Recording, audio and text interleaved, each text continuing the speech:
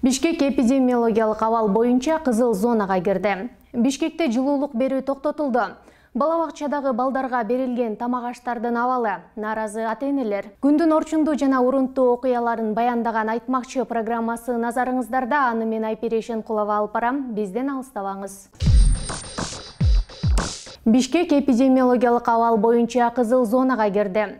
Эпидемиологиялык абал боюнча Кыргызстан кызыл, сары жана жашыл зоналарга бөлүнүп, учурда Бишкек шаары кызыл зонада турат.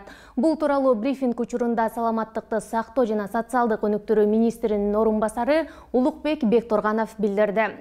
Кызыл зонада Бишкек шаары болсо, сары зонага Чүй облусу кирди, деди ал. Как же так вышло? Калган 6 аймак азырынча жашыл зонада деп эсептелүүдө. Министрдин орун басарынын айтымында вирустун кайрадан күч алышына беткап режими менен аралыктын сакталбашы, ошондой эле массалык көңүл ачуучу иш-чаралар себеп болууда. Маска где? А у вас где маска? Как раз в аптеку иду. Сейчас куплю. Бери. Бала бакчадагы балдарга берген тамак аштардын абалы нааразы ата-энелер. Баласын бала бакчага берүү менен ар бир ата-эне баласынын ал жерде жакшы тарбия алышын күтөт.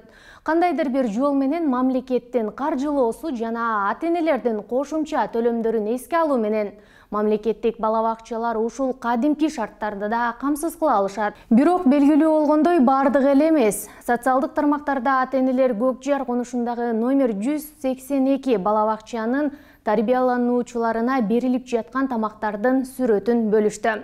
Ата-энелер бала бакчага барып балдардын эмне менен азыктанып жатканын көрүштү. Так, сосисочки, ну еще есть какой-то непонятный салат, куда крошат морковку, капусту и яблоки с ананасами.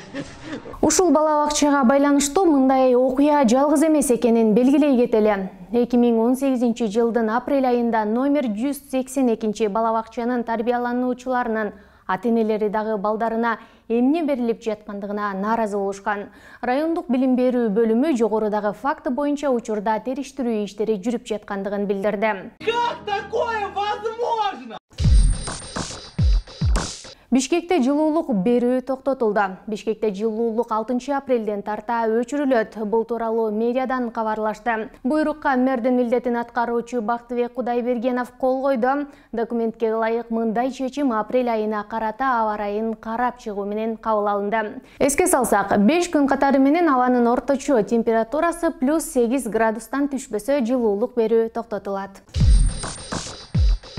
Ушул жана башка жаңылыктарды биздин сайтыбыздан жана социалдык тармактардагы баракчаларыбыздан көрө аласыздар. Дарегибиз Бизон Чекиткей жүзөт. Кийинки чыгарылыштан амандашканга чейин сак саламатта туруңуздар.